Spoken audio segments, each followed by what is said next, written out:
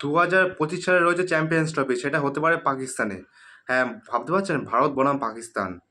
ভারত 2024-এর টি-20 বিশ্বকাপ তো জিতে গেল, সেই ট্রফি নিয়ে এবার নিজের দেশেও ফিরে এসছে। ভারতের ভবিষ্যতের কথা ভেবে বিসিসিআই নতুন টিমের প্রস্তুতি পর্ব চালু করে দিচ্ছে।